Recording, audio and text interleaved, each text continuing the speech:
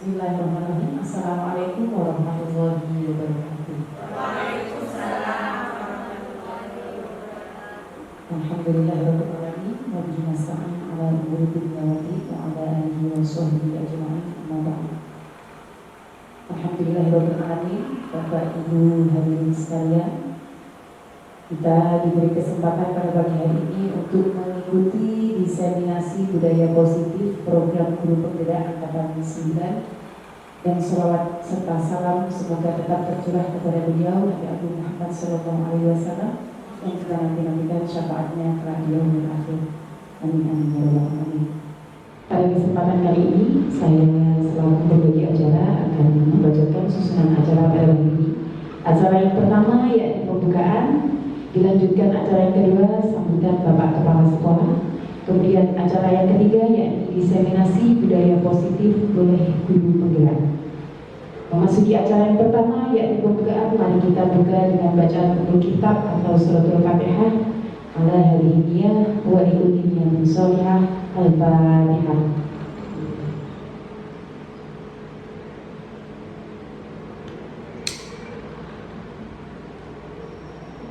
Terima kasih disampaikan. Memasuki acara yang kedua yaitu sambutan oleh Bapak Kepala Sekolah Menengah Atas Negeri 1 Pare kepada beliau Bapak Dr. Andes Tajudin Subukti MSI, disilakan. Assalamualaikum warahmatullahi wabarakatuh. Waalaikumsalam warahmatullahi wabarakatuh. Alhamdulillah, yang seperti perasaan satu maka perusahaan yang saya mati itu ini semuanya ibu-ibu guru penggerak, calon guru penggerak Angkatan 9, dan yang saya mati bapak ibu yang lain yang menjadi peserta diseminasi. Alhamdulillah di pada ini kita masih berkekuatan kesehatan sehingga kita bisa melakukan aktivitas dengan baik. Semoga kita semuanya tetap sehat di Bapak Ibu. Ini yang kedua, salawat serta salam semoga tercurah pada Nabi kita Nabi Muhammad Sallallahu Alaihi Wasallam. Semoga kita semuanya diambil dengan di atas syafaatnya. Amin.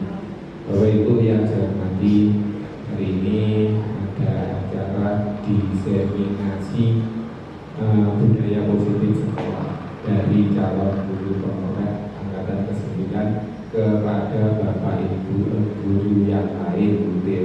Nah, ini suatu kegiatan yang sangat baik. Semoga ini memang nanti benar-benar yang calon guru penggerak ini bisa mendiseminasi kan menularkan ya, benar ya, menularkan budaya positif yang baik kepada guru-guru yang lain.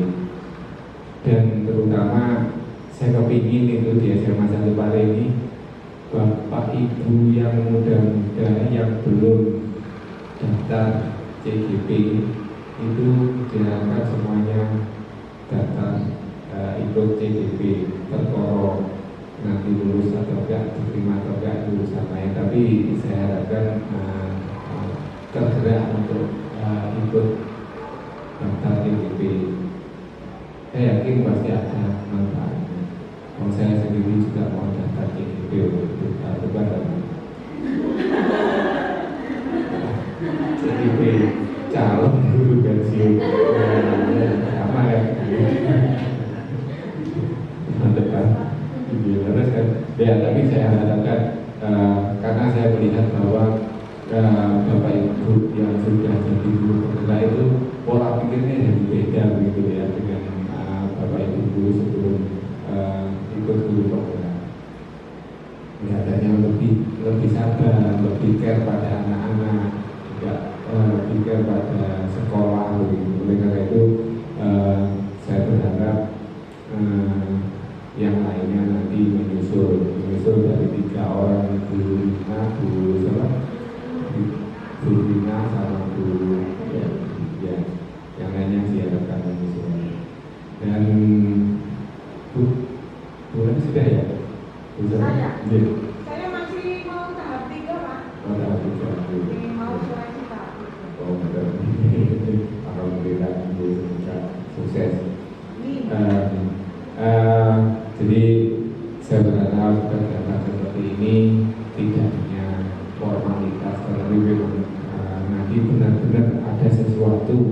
yang didiskriminasikan, kemudian ada sesuatu yang hasil dari diskriminasi ini nanti bisa diterapkan.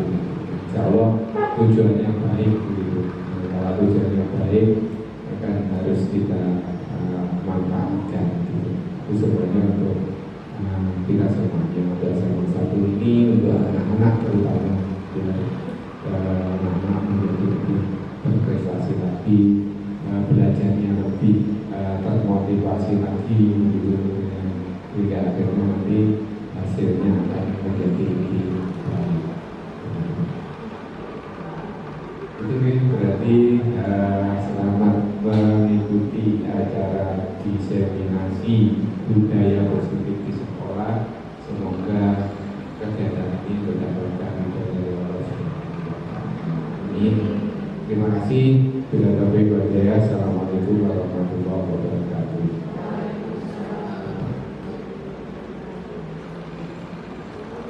Terima kasih kami sampaikan. Memasuki acara berikutnya, yakni diseminasi budaya positif oleh guru penggerak kepada Ibu Ina Dwi Rahmawati SPD. Disilakan. Assalamualaikum warahmatullahi wabarakatuh.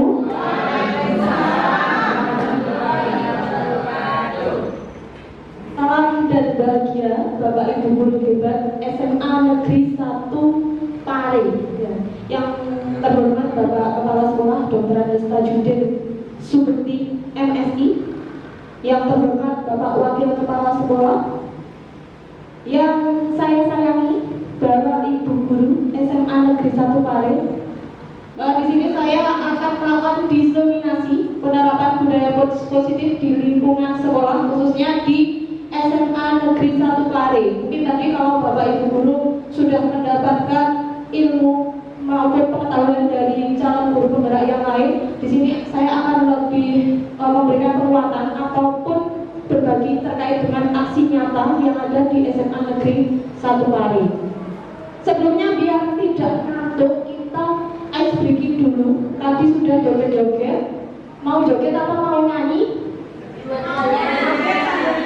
Joget sambil nyanyi? Oh, kita joget dulu ya. Nanti kalau sudah joget baru bernyanyi terus. Yuk, kasih joget kasih.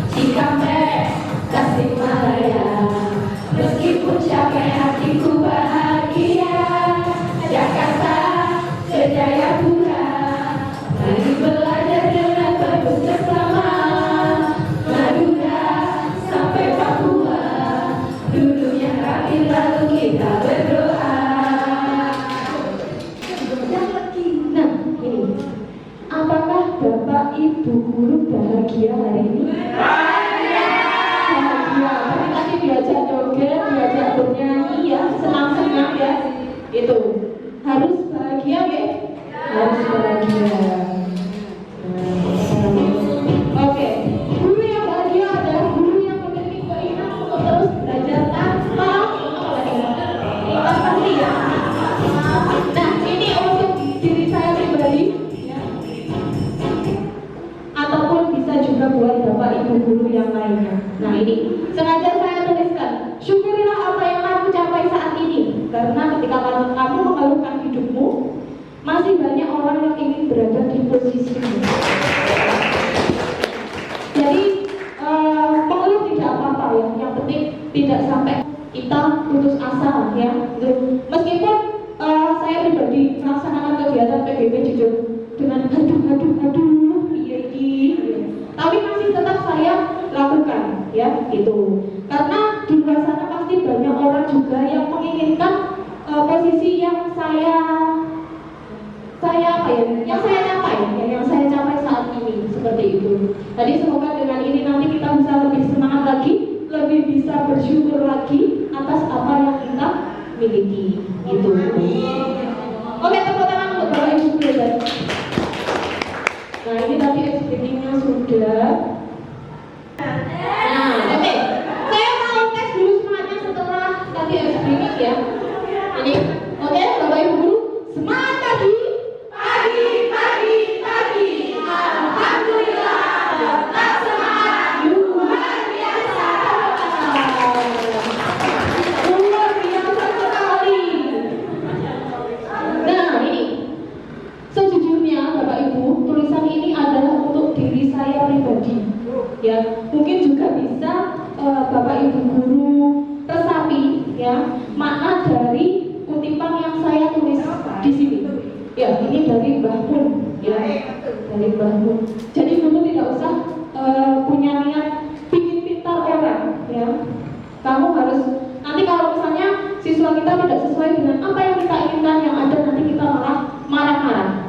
Guru mlebu kelas murid-murid lain lagi mlebu wis sesuai guru. Nah, saya pernah mendengarkan hal yang seperti itu ya. Sehingga rasa ikhlas kita itu tidak ada. Guru tuh ya, orang guru. Wah, hari ini kok masih gini.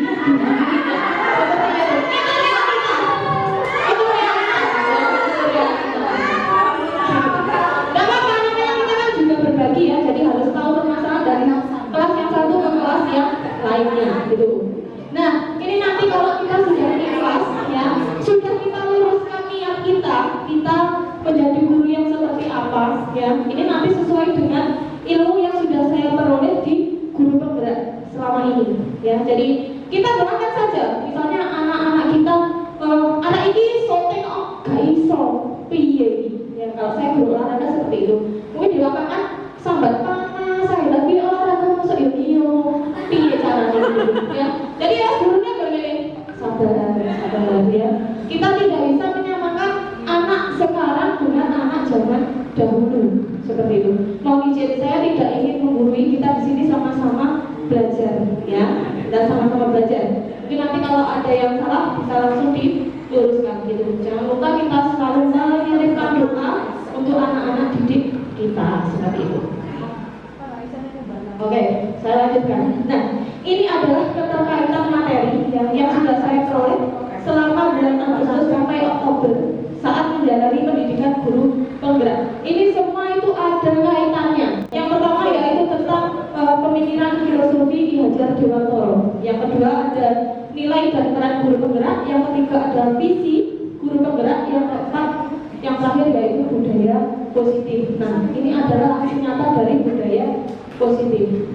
Oke, ini adalah poin penting ya tentang budaya positif. Bapak Ibu tadi sudah mendengarkan, mempelajari ya, menganalisis, memaknai tentang budaya positif. Ada beberapa poin dalam budaya positif. Yang pertama, perubahan paradigma baru ya. Terus disiplin positif, ini yang masih menjadi dilema buat saya pribadi. Terus motivasi perilaku manusia, ini yang harus kita dalami, terus kita mulai merubah diri kita. Nah, ini kebutuhan dasar. Selanjutnya posisi kontrol, restitusi, keyakinan kelas dan segitiga restitusi. Ini semua adalah materi yang akan disampaikan pada kegiatan diseminasi kali ini. Nah, mungkin sebelumnya Bapak Ibu Guru ada yang mau ditanyakan terlebih dahulu atau dilanjut? Lanjut, oke. Nah, budaya positif. Apa itu budaya positif? Apa ya budaya positif? Kira-kira di sekolah sudah menerapkan budaya positif atau belum, Bapak Ibu? Kalau sudah, contohnya apa? Contohnya apa? Tidak ada contohnya, banyak ya. Contoh, oh ya silakan Bu Vina dulu. Contoh budaya positif. Kalau siswa datang langsung saling sama gurunya. Saling sama gurunya, budaya positif. Piket di depan. Guru piket di depan. Terus ada yang lain? Ayo, ada yang lain? Oke, silakan Pak Atar.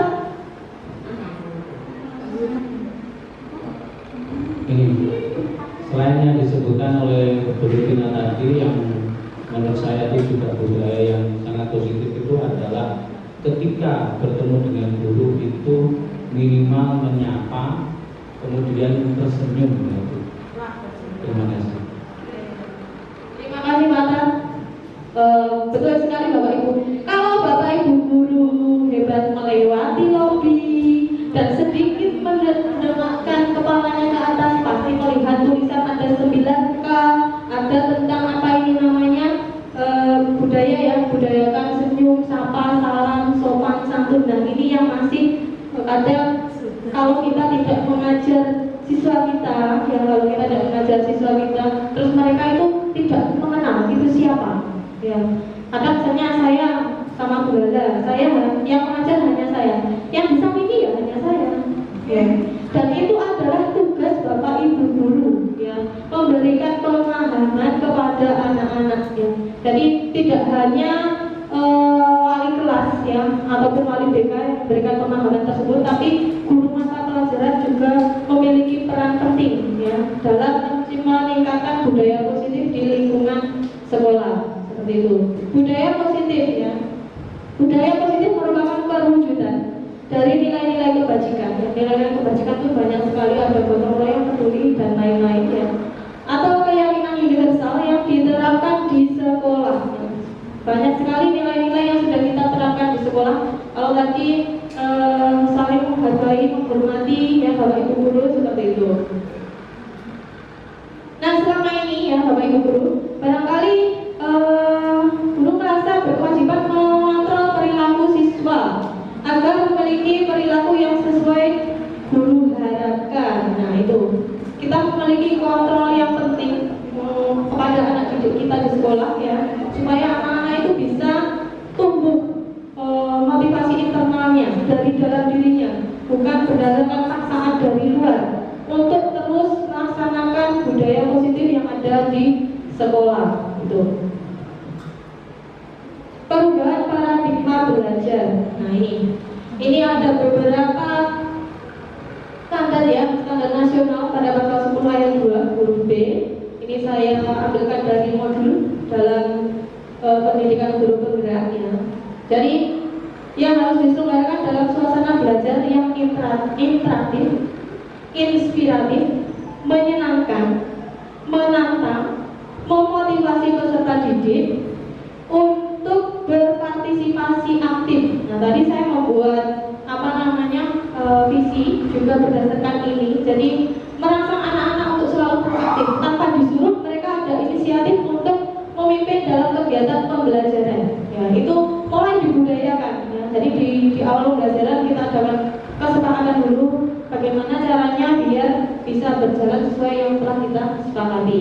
Selanjutnya memberikan ruang yang cukup bagi prakarsa kreativitas kemandirian sesuai dengan bakat, minat dan perkembangan fisik serta psikologi peserta didik. Nah itu tadi adalah awal yang pemahaman terkait budaya positif dan paradigma belajar. Selanjutnya kita menuju ke disiplin positif dan nilai kebajikan universal.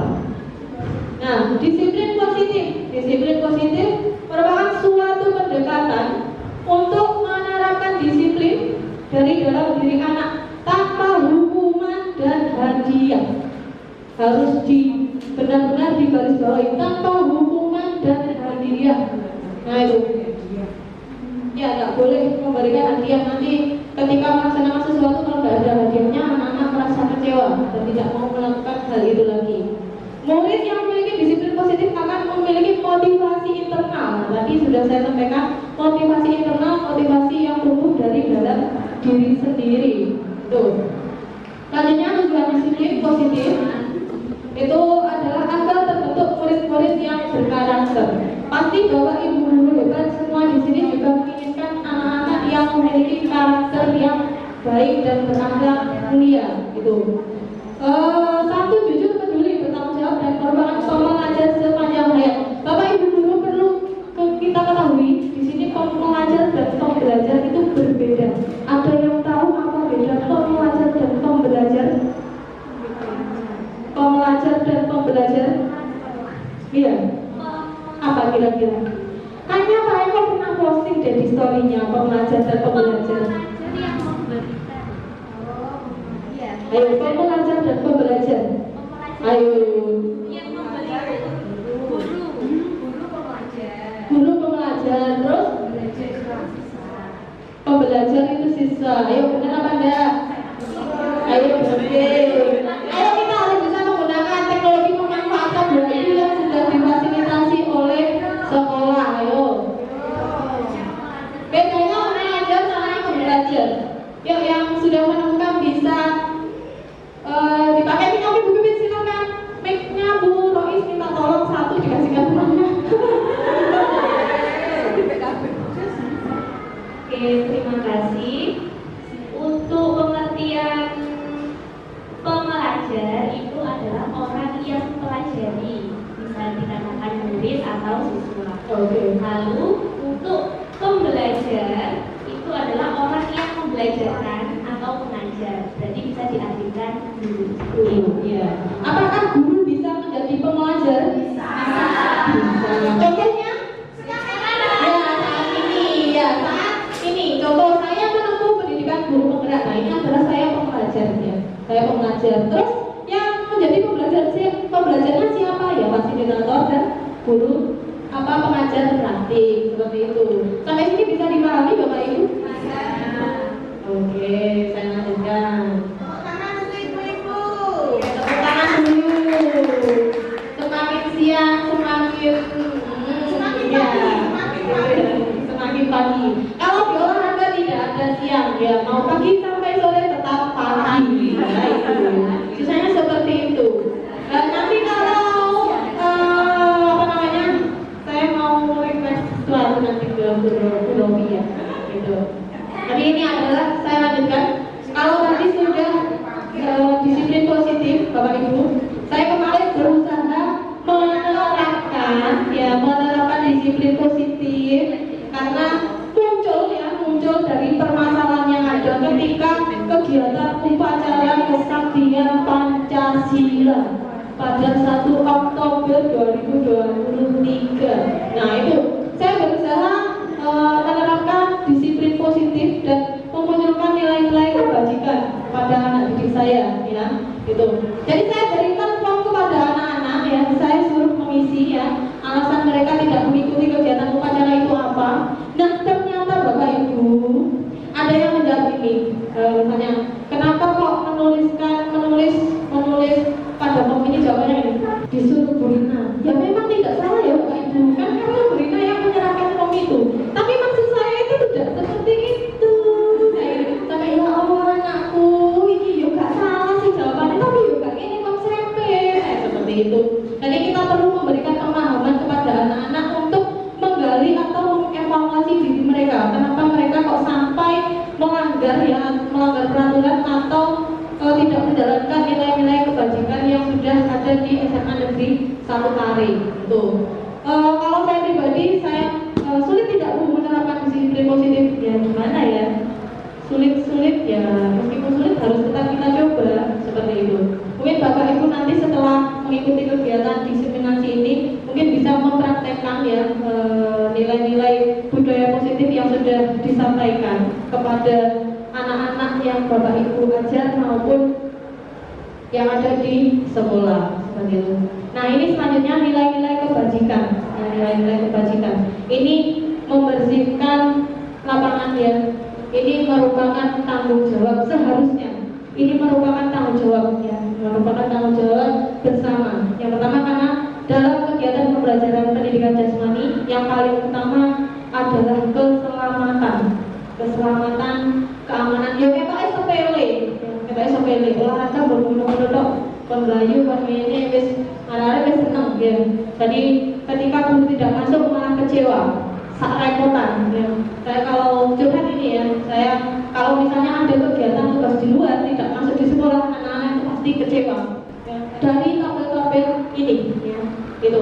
Nanti saya akan memberikan materi ini kepada Bapak Ibu guru, bisa dipelajari lebih rinci lagi mengenai peduli itu yang bagaimana, seperti itu. Misalnya kalau kemarin itu dalam kegiatan pembelajaran saya di lapangan peduli itu ada siswa yang ada siswa yang berlari terpeleset, yang sudah jatuh, apa namanya, ini dahi ya kalau nggak salah, dahi terbentuk di tanah ya. Jadi luai langsung itu langsung jeduk.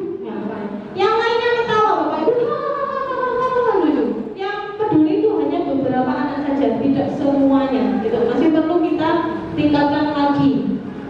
Itu bersyukur. Ya, ini adalah hal yang paling penting Bapak Ibu, karena kita kalau tidak mengajarkan rasa syukur kepada anak didik kita, wah bahaya ya. Ini saya ada salah satu contoh untuk bersyukur. Ini contoh nyata ya Bapak Ibu. Saya sedang berbincang dengan anak didik saya. Kebetulan dia mengikuti seleksi OSIS itu. Ketika dia tidak masuk di tim inti, dia merasa kecewa. Dia menyadari kalau kemampuan dia itu sebenarnya dia itu anak yang berpotensi menurut dia pribadi. Kenapa kok saya tidak masuk di inti seperti itu? Tapi setelah lambat laun dia menyadari, ya tidak apa-apa, alhamdulillah. Meskipun dia hanya peduli di bidang apa, gitu, saya lupa bedanya seperti itu. Saya hanya bisa memberikan motivasi, ya. Tidak apa-apa, kamu tidak masuk di inti OSIS tidak salah, harus kamu syukuri. Mungkin yang menurut Allah baik adalah memang posisimu yang saat ini, ya. Jadi apa yang menurutmu baik belum tentu itu yang terbaik buat dirimu sendiri, ya. Seperti itu.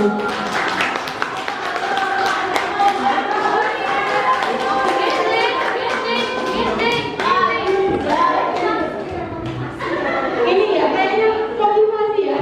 Maaf ya.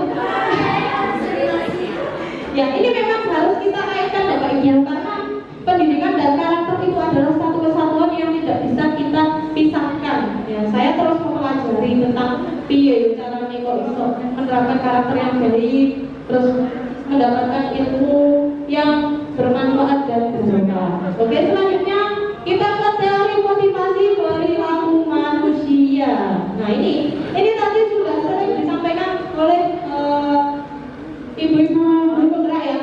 Sebagai seorang guru, saat Anda hadir mengajar di kelas tempat aku, motivasi apakah yang mendasari tindakan Anda?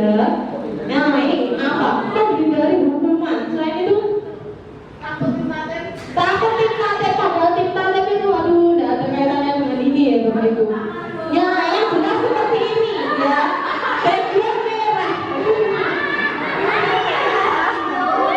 Ya, saya menyadari Bapak Ibu, ketika motivasi internal belum tumbuh dalam diri kita, pasti kalau sudah ada notifikasi grup dinas SMA Negeri 1 itu nih, bahwa Bapak Ibu guru jam pertama, nanti nih pasti seperti itu. Ya, kita masih ada dorongan dari luar, dari orang lain. Tapi masalah dorongan itu berdampak atau tidak, lagi-lagi ke diri Bapak Ibu guru masing-masing. Ya itu. Lumayan. Tuh. Nah ini 3 motivasi perilaku manusia. Gambarnya hanya pemanis ya Bapak Ibu. Ini hanya pemanis ini. Jadi menurut Diana Crosset dalam bukunya apa ini? Restructuring School Disiplin menyatakan ada 3 motivasi perilaku manusia. Ya, sama seperti tadi yang sudah disampaikan. Ya, yang pertama untuk menghindari ketidaknyamanan atau hukuman. Yang kedua, untuk mendapatkan imbalan atau penghargaan dari orang lain. Nah ini dua-duanya yang unik dan yang biru ini adalah motivasi eksternal. Yang ketiga, untuk menjadi orang yang mereka inginkan dan menghargai diri sendiri dengan nilai-nilai yang mereka percayai. Motivasi internal. Ya ini ada 3. Nah ini untuk menghindari ketidaknyamanan atau hukuman. Nah, saatnya kita merubah ya Bapak Ibu, pergi dari pikiran tentang ketidaknyamanan dan tentang hukuman ya. Jadi kita takut sesuatu hanya karena takut dihukum, hanya karena takut merasa tidak nyaman ya. Siapa ya? Ya saya pribadi, kenapa harus pasang foto orang lain? Oke, saya lanjutkan Bapak Ibu. Untuk menghindari ketidaknyamanan atau hukuman ya, ini adalah tingkatan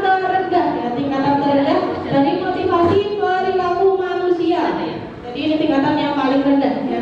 Biasanya orang yang motivasi perilakunya untuk menghindari hukuman atau ketidaknyamanan akan bertanya, apa yang akan terjadi apabila saya tidak melakukannya? Sebenarnya mereka sedang menghindari permasalahan yang mungkin muncul dan berpengaruh pada mereka secara fisik, psikologis maupun tidak terpenuhinya kebutuhan mereka bila mereka tidak melakukan tindakan tersebut. Ini merupakan motivasi eksternal. Tuh. Yang kedua, untuk mendapatkan imbalan atau penghargaan dari orang lain ya. Misalnya kita melaksanakan sesuatu itu biasanya mendapatkan pujian dan pujian ya. Sejatinya pujian itu hanyalah suatu pujian bagi seseorang ya, gitu. Satu tingkat di atas motivasi yang pertama, di sini orang berperilaku untuk mendapatkan imbalan atau penghargaan dari orang lain. Misalnya ingin mendapatkan imbalan reward dari pihak sekolah ataupun pihak pimpinan. Tuh. Orang dengan motivasi ini akan bertanya, apa yang akan saya dapatkan apabila saya melakukan hal yang menjadi target saya tersebut? Mereka melakukan sebuah tindakan untuk mendapatkan pujian dari orang lain yang menurut mereka penting dan mereka letakkan dalam dunia berkualitas mereka. Ya. Mungkin ada orang-orang tertentu yang melakukan sesuatu hal hanya ingin mendapatkan pujian ataupun reward untuk memenuhi kepuasan dari orang tersebut. Itu. Selanjutnya ini adalah yang paling penting yang mungkin saya juga tidak merasa lebih baik dari siapapun, yang pasti terus mengupayakan bagaimana caranya bisa lebih baik dari hari-hari sebelumnya. Ini Bapak Ibu Guru, saya berikan ada 4 contoh gambar di sini ya. Yang pertama, gambar pengembangan diri ya. Dalam kegiatan pengembangan diri secara otomatis itu, kalau saya pribadi, ketika saya mengikuti sesuatu hal yang berkaitan dengan peningkatan pengembangan diri ya, itu bukan saya yang rugi Bapak Ibu, bukan saya yang rugi, justru saya malah mendapatkan sesuatu hal yang sangat bermanfaat, mungkin tidak hari ini tapi di kemudian hari ya gitu. Kita bisa mendapatkan ilmu ya, mendapatkan teman baru ya, dulur-dulur anyar ya, relasi-relasi baru. Mungkin nanti dari situ kita bisa lebih luas ya wawasan dan juga lingkup pertemanan kita, itu pengembangan diri. Pendampingan siswa, nah itu juga harus muncul dari diri sendiri, motivasi internal. Baru kalau kita memang keadaannya karena waktu tugas lain sehingga tidak bisa mendampingi anak-anak, mungkin Bapak Ibu Guru bisa berkolaborasi dengan BK ya, seperti itu. Ini kolaborasi, nah ini kolaborasi. Contoh mengerjakan MOOC, ya, ini kolaborasi. Ya, kita saling berkolaborasi. Bagaimana caranya kita bisa mencapai tujuan yang sama? Ya, jadi di sini saya ingatkan lagi, kita tidak ada sikut-sikutan sopo sing kudu ning dhuwur, sopo sing kudu di jalanan, tidak. Ya, kita di sini sama-sama. Ayo semuanya kita berkolaborasi, kita mencapai visi sekolah ya SMA Negeri 1 Pare. Bagaimana caranya semasa bisa lebih baik lagi? Loyalitas, nah ini susah ini loyalitas. Kalau mau saya bilang pantang tolak tugas, aduh, nggak cocok ya mau ya sarepotan ya, meskipun sudah ditandatangani oleh bapak kepala sekolah.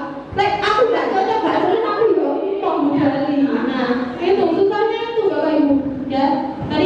Dari sini kita penting sekali membangun komunikasi yang baik ya, membangun komunikasi yang baik, memberikan pemahaman biar bisa muncul ya kesadaran diri dari dalam diri mereka, sehingga mereka bisa melakukan hal-hal yang baik ya, sesuai dengan nilai-nilai kebajikan. Tuh, sampai sini ada yang ditanyakan tentang motivasi atau bisa berbagi praktik baik tentang motivasi?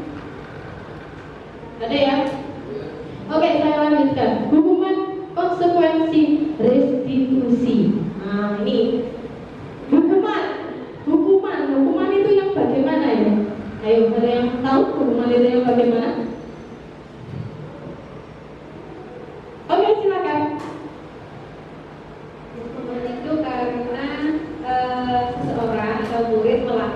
pelanggaran kesusahan, kemudian selanjutnya diberikan hukuman karena dia melakukan kesalahan. Hukuman. Oke, kita simak ya. Nah, ini hukuman ya. Pasti kalau anak-anak mendengar tinta tempo aku mesti dihukum ini ya. Aku gawe lipstik kayak piye iki wis aku gak nyaman dulu nih. Akhirnya kambine dikeget pendak ketemu. Nah, itu biar tidak dihukum ya, biar tidak dihukum. Nah, itu tadi mereka berusaha menghindari ketidaknyamanan dan hukuman, tapi ada motivasi pertama itu tidak terencana atau tiba-tiba ya. Contoh yang sering terjadi, misalnya anak pakai lipstik, kamu kesini, ayo diulangi lipstiknya. Kalau dulu masih disediakan misalnya water, kalau sekarang ayo langsung pakai air. Nah, itu adalah hukuman ya yang sudah terjadi di sini. Terus bersifat satu arah ya, bersifat satu arah tanpa melalui suatu kesepakatan ya. Jadi ini bersifat fisik ataupun psikis. Tapi alhamdulillah Bapak Ibu di SMA Negeri 1 Pare itu sampai saat ini masih aman terkendali, masih sesuai dengan kode etik ya, kode etik. Kalau saya boleh berbicara mengenai hukuman, ini sangat riskan sekali karena banyak sekali berita-berita di luar. Kalau Bapak Ibu mau buka sosmed ya, di IG, di Twitter dan lain-lain, ada Pak Akbar menegur muridnya karena tidak sholat. Terus orang tua melaporkan dan menuntut untuk membayar denda 50 juta. Nah, itu gara-gara menegur anak tidak sholat. Padahal itu adalah tanggung jawab dari orang tua. Guru itu adalah orang tua kedua ya, jadi bukan kewajiban guru sebenarnya. Kalau Bapak Ibu guru lihat, apakah Pak Akbar dengan posisi seperti itu melakukan suatu kesalahan yang fatal? Tidak ya. Bagaimana bisa ya? Itu mungkin kita perlunya ada seperti parenting ya Bapak Ibu. Mohon maaf, mungkin pengalaman saya juga belum setingkat dengan Bapak Ibu. Saya hanya masih meraba-raba, belum praktek secara langsung mengenai hal ini. Terus ada lagi Bapak Ibu mengenai hukuman ya yang terjadi di Kediri ya. Kebetulan beliau adalah guru PJOK SMP, itu dari SMP 2 Keras ya. Itu beliau memang mengucapkan satu kata yang memang kasar ya, kasar. Nah itu ketika siswa tersebut memakai make up yang berlebihan, memakai lipstick, memakai softlet ke sekolah ya, dan itu sudah dilakukan berkali-kali. Dan mungkin pada saat itu gurunya lagi emosinya lagi tinggi ya, sampai mengucapkan satu kata gitu ya, saya sensor. Nah dilaporkan sampai dibawa ke kasus hukum. Nah akhirnya di sini Bapak Ibu guru solidaritas ya dari PGRI maupun guru PJOK di kabupaten melakukan aksi. Dari kalau yang sudah dialami kemarin di dinas Kabupaten Kediri, itu guru PJOK dari tingkat TK, SD, SMP, SMA, SMK itu kumpul jadi satu di dinas pendidikan ya, karena pada saat itu ada ancaman demo dari LSM Bapak Ibu. Karena ini orang tua anak tersebut tidak terima ketika anaknya dikatakan hal yang demikian, sehingga melaporkan ke LSM ya gitu. Dari situ juga beritanya ya, saya ini kurang tahu, menuntut guru untuk membayar denda sebesar 70 juta rupiah. Ayo kita bayangkan gaji guru berapa, kesejahteraannya bagaimana sampai dituntut seperti itu ya gitu. Jadi sekarang kita harus berhati-hati ya ketika menghukum siswa ya. Kalau memang misalnya kita sudah benar-benar tidak bisa meluruskan anak-anak, ya kita doakan ya kita doakan. Kapan kok kebuka ini apa pas dia lulus, apa ketika dia sudah berumah tangga dan anaknya sekolah, mungkin dia baru terbuka hatinya ya. Paling tidak kita sudah menyelipkan doa tersebut, usaha sudah, tinggal doa. Ini selanjutnya adalah konsekuensi. Kalau konsekuensi itu sudah terencana, sudah disepakati. Contoh Bapak Ibu, kita di sekolah tingkatnya itu sudah terus bolak-balik rapat. Piye yo carane ben bisa masih kilo apik ben akan sing terlambat. Kita buat kesepakatan. Anak-anak yang terlambat harus membuat cerita 3 paragraf, satu paragraf terdiri dari 3 kalimat dan harus dibacakan ya. Itu sebenarnya adalah konsekuensi.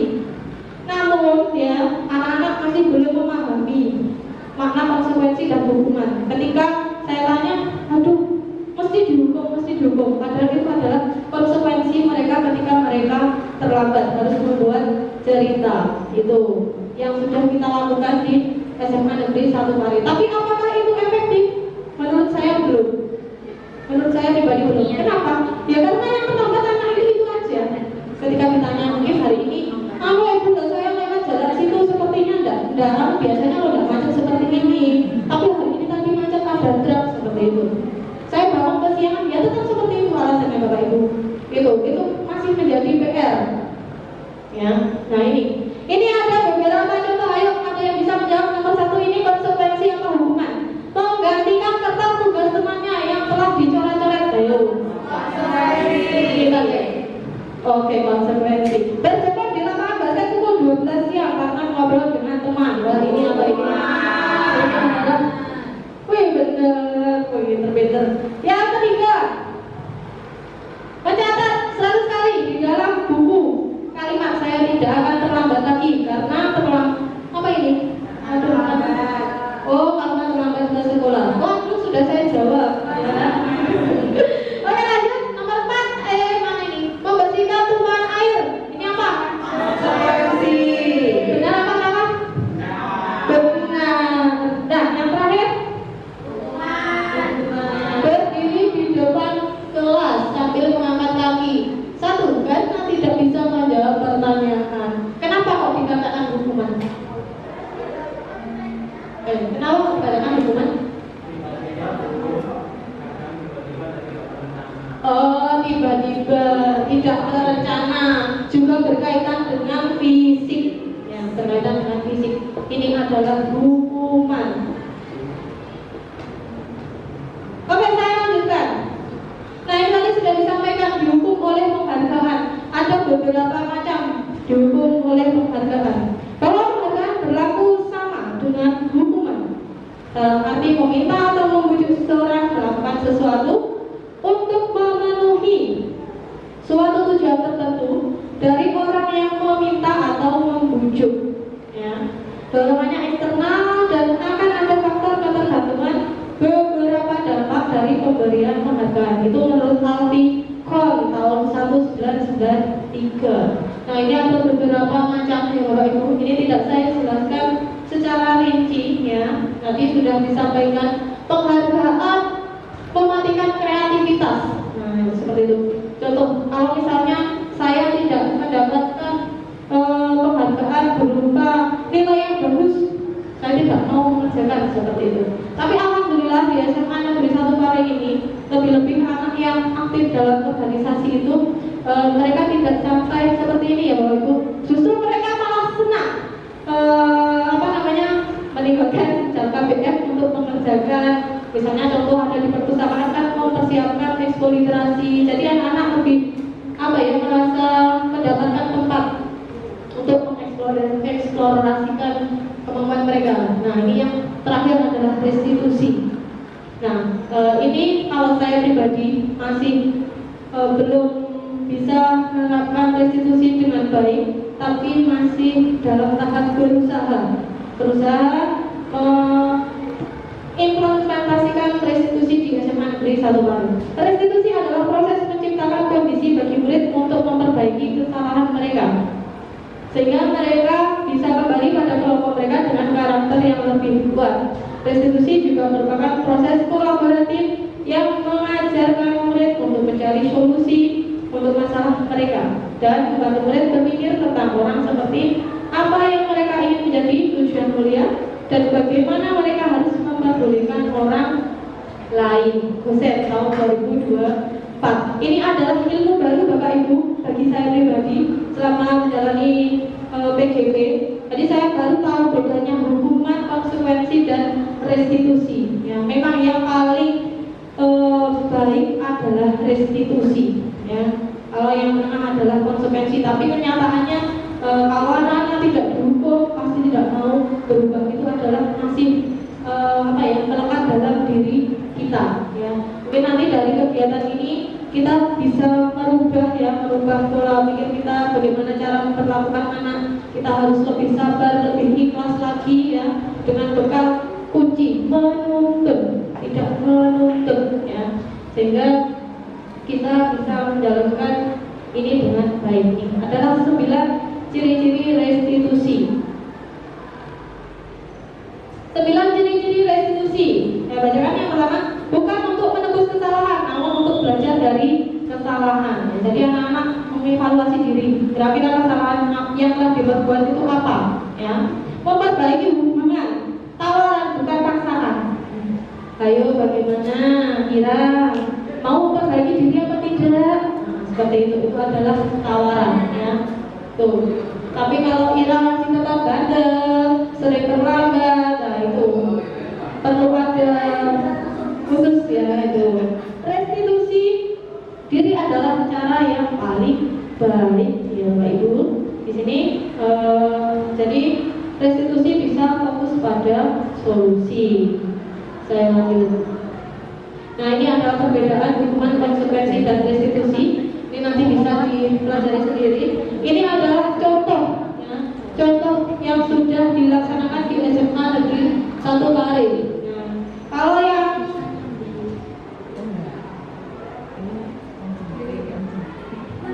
ini. Nah, perhatikan Bapak Ibu. Ini adalah yang sudah saya jalankan.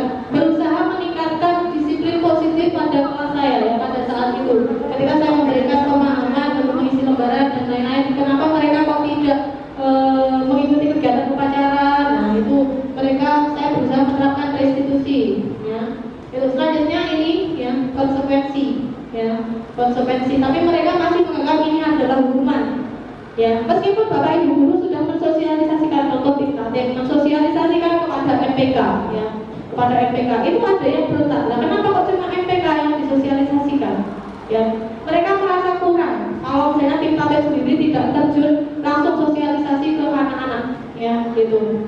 Terus selanjutnya ini juga konsekuensi yang harus mereka jalani. Bapak Ibu kemarin ada kasus di SMA Negeri 1 Pare di belakang ada.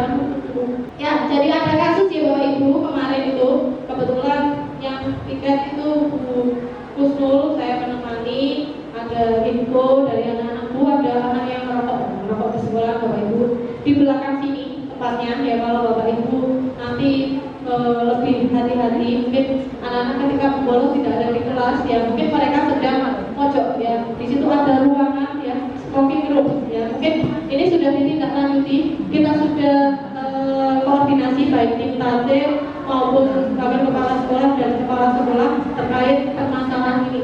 Nah, ketika anak-anak sudah ketahuan mereka di sekolah, mereka harus siap menerima konsekuensi. Ini ada skor pembelajaran kemarin yang sudah kita lakukan ya. Jadi diskorsing selama 1 minggu tidak boleh masuk kelas. Anak-anak tidak boleh masuk kelas, anak-anak dipusatkan di perpustakaan ya, dipusatkan di perpustakaan untuk dilakukan pembinaan.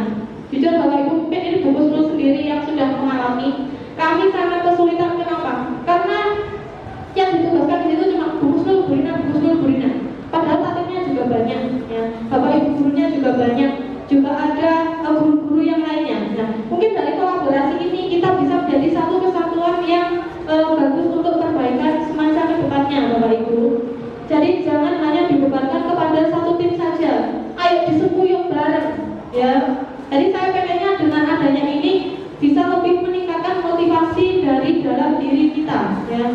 Ayo kita berkolaborasi ya, baik guru BK, guru pelajaran, apel, wali kelas ya, wali tatip dan semuanya ya. Seluruh stakeholder kita harus saling berkolaborasi, bergandengan tangan, menyatukan visi tujuan kita apa ya. Jadi supaya kita bisa meningkatkan semansa yang lebih baik. Mungkin kalau di belakang banyak sekali yang bilang semansa saya kita tambah kualitasnya ya. Dan coba loh, sekarang semua mengarah semansa itu gak karu-karuan. Yang pertama kita benahi itu pakaian Bapak Ibu ya, karena yang dilihat dari orang luar itu ya tampak luarnya anak-anak. Ayo kalau misalnya ada anak-anak yang tidak memakai atribut lengkap, monggo Bapak Ibu guru bisa mengingatkan anak-anak dari sini ya. Jadi jangan hanya tim tatip ataupun guru BK ya. Guru mapel itu juga memiliki peran yang sangat penting ya. Karena mungkin ada itu kan bisa lebih dekat dengan anak-anak itu. Nah selanjutnya keyakinan kelas. Keyakinan kelas.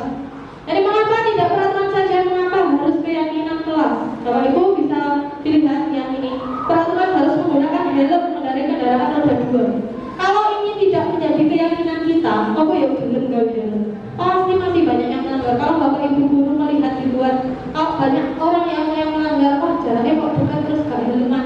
Itu karena mereka belum meyakini kalau sebenarnya helm itu penting bagi mereka untuk melindungi hal-hal yang tidak diinginkan, ya. Mengapa kita memiliki peraturan harus datang tepat waktu pada saat mengikuti pelatihan? Nah itu.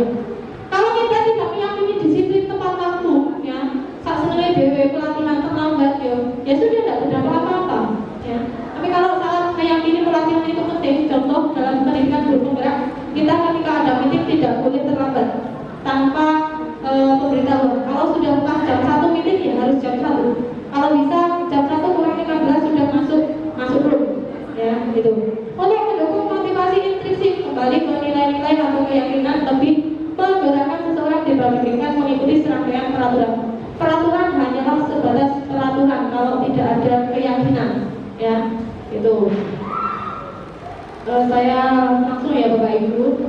Ini ada beberapa contoh ya tentang kuis. Yang pertama, selalu kembalikan buku ke tempatnya. Nah, ini keyakinan kelas yang bisa dibuat ada. Nah, tanggung jawab. Ya. Dilarang mengganggu orang lain. Hadir di sekolah 15 menit sebelum pembelajaran dimulai. Ya, ini yang kedua adalah menghormati orang lain. Ya, yang ketiga menghormati orang lain dan berkomitmen. Dilarang melakukan kekerasan. Keyakinan kelas yang bisa dibuat yaitu keselamatan. Ya, keselamatan, menghargai, menghormati orang lain. Dilarang menggunakan narkoba. Keyakinan kelasnya yaitu tentang kesehatan, ya. Bergantian atau menunggu giliran. Keyakinan kelas yang kedua yaitu menghormati orang lain dan bersabar. Gunakan masker tentang kesehatan dan keselamatan. Yang terakhir, jangan berlari di kelas atau di koridor demi keselamatan dan keamanan. Itu adalah peraturan dan keyakinan kelas yang bisa dibuat di sekolah atau di kelas masing-masing. Nah, ini ada kebutuhan dasar manusia dan dunia berkualitas. Kebutuhan dasar manusia, ya, seluruh tindakan manusia memiliki tujuan tertentu. Semua yang kita lakukan adalah usaha terbaik kita untuk mendapatkan apa yang kita inginkan, ya. Ketika kita mendapatkan apa yang kita inginkan, sebetulnya saat itu kita sedang memenuhi satu atau lebih dari satu kebutuhan yang kita inginkan. Nah, ini 5 kebutuhan dasar manusia. Yang pertama ada bertahan hidup atau survival. Yang kedua, kasih sayang dan rasa diterima, ya, love and belonging. Yang ketiga kebebasan, freedom. Yang keempat ada kesenangan, fun. Yang kelima ada penguasaan atau power. Nah, ini pertanyaan, apa yang terjadi apabila salah satu atau beberapa kebutuhan dasar murid tidak terpenuhi? Pasti murid kita melanggar peraturan yang sudah kita buat. Nah, ini ketika seorang murid melakukan suatu perbuatan yang bertentangan dengan nilai-nilai kebajikan atau melanggar peraturan, hal itu sebenarnya dikarenakan mereka gagal memenuhi kebutuhan dasar mereka, ya. Jadi ada 5 kebutuhan dasar yang gagal mereka penuhi. Lanjut, 5 posisi kontrol, ya. 5 posisi kontrol. Yang pertama adalah penghukum, ya. Yang kedua, pembuat rasa bersalah. Yang ketiga ada teman. Yang keempat ada pemantau. Yang kelima ada manajer, ya, gitu. Semuanya ini saya rasa sudah dilakukan di SMA Negeri 1 Pare dengan berbagai macam cara. Nah, ini adalah posisi kontrol penghukum, ya. Ini bukan saya menghukum anak-anak, tidak. Ini adalah anak-anak ketika berlari. Saya hanya membuat mensimulasikan, misalnya saya ketika melihat anak-anak melanggar sesuatu hal, ya. Contoh Bapak Ibu perhatikan, ada guru di sekolah yang menghukum muridnya jam siang 12 siang sampai kakinya melepuh. Itu juga dikasuskan. Bapak Ibu. Karena menghukum anak-anak tidak memakai alas kaki harus berlari 10 putaran. Biasanya pokoknya kudu 10 ya. Itu sangat riskan Bapak Ibu. Jadi nanti perlu hati-hati lagi Bapak Ibu apabila mengambil suatu tindakan ya secara tiba-tiba. Posisi kontrol membuat rasa bersalah. Contohnya, ibu sangat kecewa sekali sama kamu ketika Bu Rina melihat anak-anak melanggar yang merawat kemarin nyapo oleh sampai di kilo wis kelas telu dilukas lulus. Nah seperti itu membuat mereka merasa bersalah ya. Bahkan ada yang chat sama saya ya mohon maaf, terus setelah itu sudah saya jawab ya memang manusia tidak terlepas dari salah. Aduh dalil menang ya ya memang manusia itu tidak terlepas dari rasa salah ya. Kita Bapak Ibu di sekolah itu bisanya mengingatkan ya. Selebihnya nanti masalah mereka bisa diingatkan atau tidak itu kembali ke diri anak-anak masing-masing seperti itu. Tuh. Selanjutnya teman ya. Nah ini posisi ini guru tidak akan menyakiti murid ya, namun akan tetap berupaya mengontrol murid melalui persuasi. Posisi teman pada guru bisa negatif ataupun positif. Positif di sini berupa hubungan baik yang terjalin antara guru dan murid. Guru di posisi teman menggunakan hubungan baik dan humor mempengaruhi seseorang. Nah, Bapak Ibu perlu kita ketahui di sini. Kadang di sini ketika anak-anak menganggap guru sebagai teman itu rasa apa ya, kayak ngajeni ya, itu kurang ya.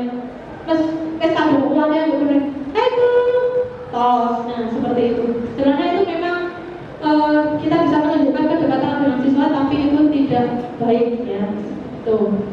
Oke, saya lanjutkan pemantau. Nah, di sini pemantau sudah kita lakukan. Kalau Bapak Ibu guru tahu di semasa sudah membuat form ketika anak-anak melakukan suatu pelanggaran, kita berikan lembaran ya, kita berikan lembaran.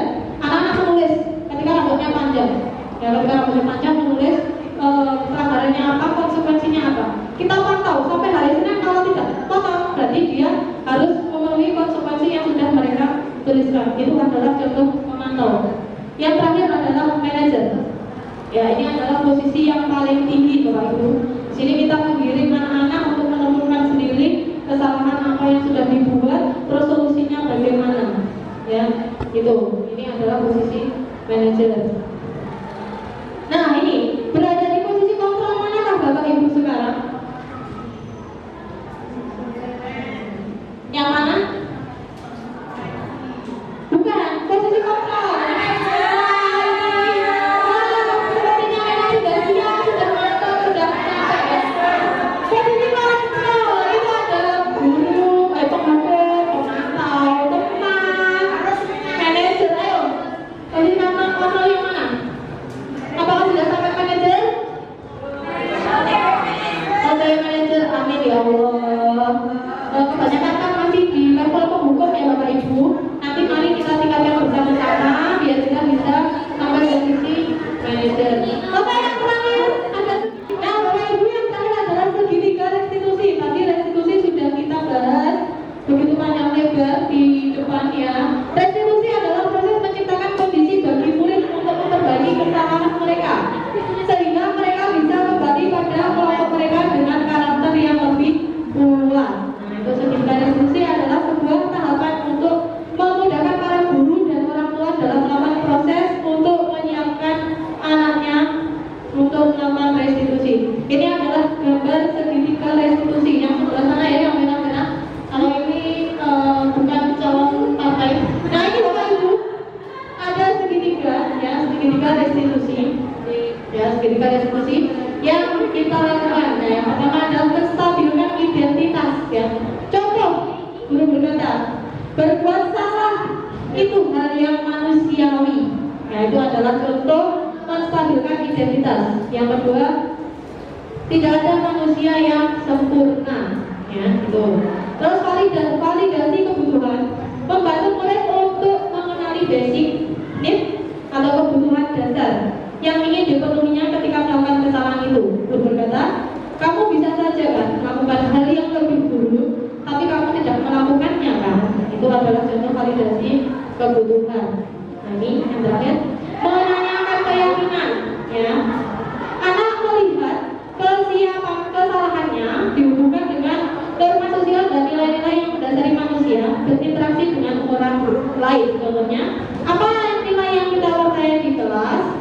sekolah kita. Itu adalah segitiga resolusi, ada 3 tahap yang bisa kita lakukan, Bapak Ibu. Ini adalah keterkaitan materi yang sudah saya peroleh selama bulan Agustus sampai Oktober saat menjalani pendidikan guru penggerak. Ini semua itu ada kaitannya, dari mulai modul 1, modul 2, modul 3 sampai modul 4. Yang pertama yaitu tentang pemikiran filosofi Ki Hajar Dewantoro. Yang kedua ada nilai dan peran guru penggerak. Yang ketiga ada visi guru penggerak. Yang keempat, yang terakhir yaitu budaya positif. Nah, ini adalah aksi nyata dari budaya positif. Saya ingin memberikan praktik baik dulu, ya. Jadi di sini ada Bapak Ibu bisa membaca ya di sini. Jadi pihak KHD itu secara praktek saya dan teman-teman CGP merasa sudah pernah mengalami apa yang disampaikan pada kegiatan pendidikan. Tapi selama menempuh pendidikan sampai sarjana, saya belum mendapatkan ilmu tersebut. Ya, jadi saya baru mendapatkan ilmu tersebut ketika saya menempuh pendidikan guru penggerak. Bahwa sejatinya guru itu adalah menuntun, bukan menuntut. Awakku berpiye carane kudu iso mlayu kuwecek 100 meter waktune 5 detik. Nah, misalnya seperti itu. Itu adalah tuntutan dan tidak mungkin, ya. Jadi kita menuntut sesuai dengan karakter anak-anak yang sedang kita ajar dan kita didik. Seperti itu. Nah, di situ yang paling mengena dalam pembelajaran ini ya, itu ada 3 semboyan, ya, ada 3 semboyan KHD. Ya, jadi ini Bapak Ibu saya lanjutkan. Ya, apa namanya ini tadi 3 semboyan yang paling mengena, ya. Ya, mohon maaf. Enar so tulodo, ya, itu. Jadi di depan kita harus bisa memberikan contoh menjadi teladan yang baik buat anak didik kita. Kita tidak hanya menyuruh, balapan geografi, ini caranya ini, ya. Terus gimana kemudian kita pikiran dulu? Tidak boleh seperti itu.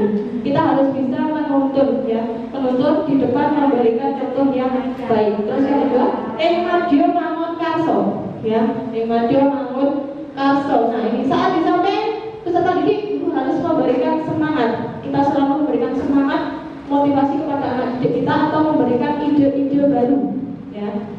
Misalnya gini, tidak apa-apa kamu dalam jarak 100 meter tidak sampai dengan target 10 detik, ya. Kita motivasi terus.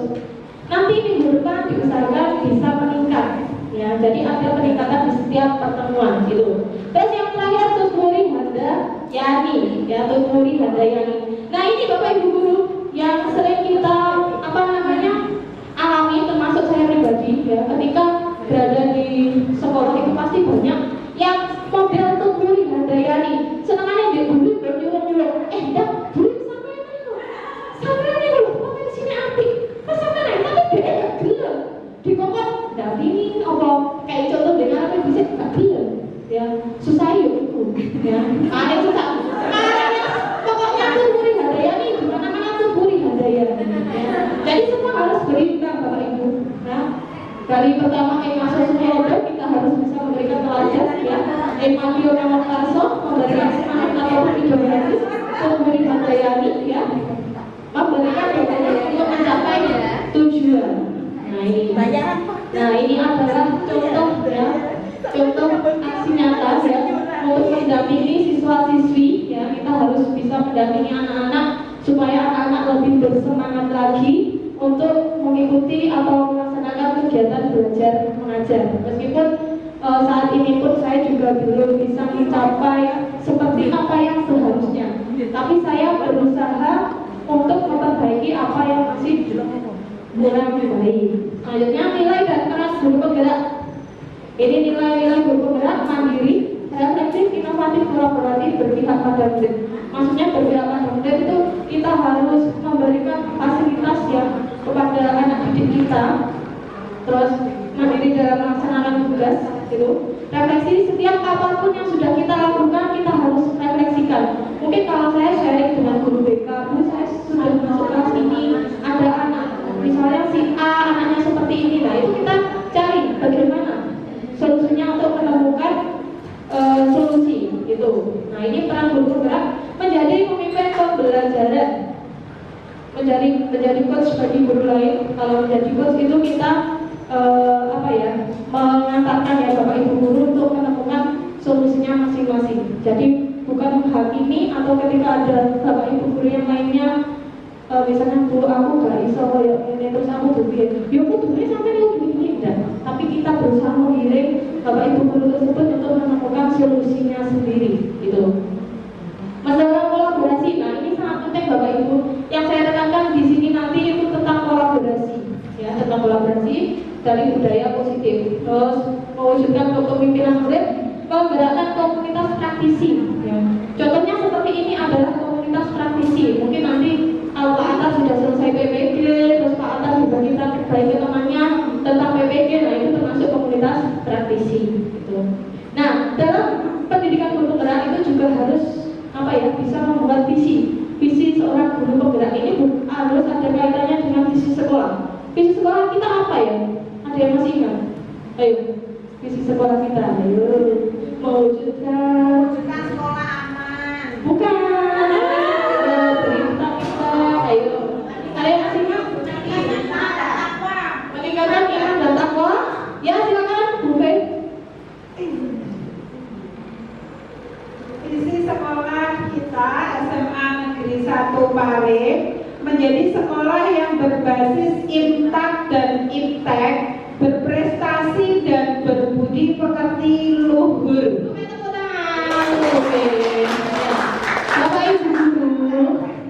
Ibu guru, kita kan mengajar di SMA Negeri 1 Pare, setidaknya kita itu harus tahu visi sekolah kita itu apa, ya. Dari sini saya mulai mengerti makna dari visi tersebut. Dari sekolah enggak hanya berangkat, udah, kenal, tulis, mulai, ini sekolah tidak seperti itu Bapak Ibu. Ketika sekolah kita juga harus bisa mengambil sesuatu hal yang bermakna hari itu. Hari ini saya bisa memberikan apa ya untuk sekolah kita, seperti itu. Nah ini visi saya ya, mewujudkan peserta didik yang berjiwa sportif. Kalau kalian Bapak Ibu guru mendengar kata sportif pasti sudah ya arahnya ke arah olahraga ya. Tapi di sini sportif itu saya buat untuk singkatan yang secara aktif unggul dalam spiritual dan sosial, terus proaktif, terus rasional, cakap dalam teknologi dan informatika. Jadi ada 3 komponen penting ya, selain diimbangi dengan iman, terus intelijen juga teknologi. Tuh. Nah ini adalah prakarsa perubahan, mengenali kompetensi yang saya miliki sebagai pendidik yang berpihak pada murid. Kenapa kok saya membuat prakarsa perubahan seperti ini? Sebelum saya merubah peserta didik saya harus bisa merubah diri saya terlebih dahulu. Ya, karena nanti secara otomatis saya harus memberikan teladan yang baik buat anak didik saya, seperti itu. Ya meskipun tidak sempurna ya, karena sempurna hanya di sekolah, setidaknya kita sudah mengupayakan yang terbaik ya, mengupayakan yang terbaik. Yang terakhir adalah refleksi. Monggo Bapak Ibu bisa dituliskan nih, hal baru apa yang mengubah paradigma saya yang saya dapatkan saat diseminasi, perasaan apa yang muncul selama mengikuti sesi ini, khususnya mengenai bakat disiplin dan motivasi intrinsik. Nah, ini pemahaman baru apa yang Bapak Ibu guru dapatkan ketika mengikuti kegiatan diseminasi ini ya. Mudah-mudahan dengan kegiatan ini bisa menumbuhkan motivasi intrinsik Bapak Ibu semua, sehingga lebih terdorong untuk terus mengikuti dan meningkatkan untuk kegiatan pengembangan diri, khususnya calon guru penggerak ya, gitu. Yang sudah bisa langsung ditempelkan di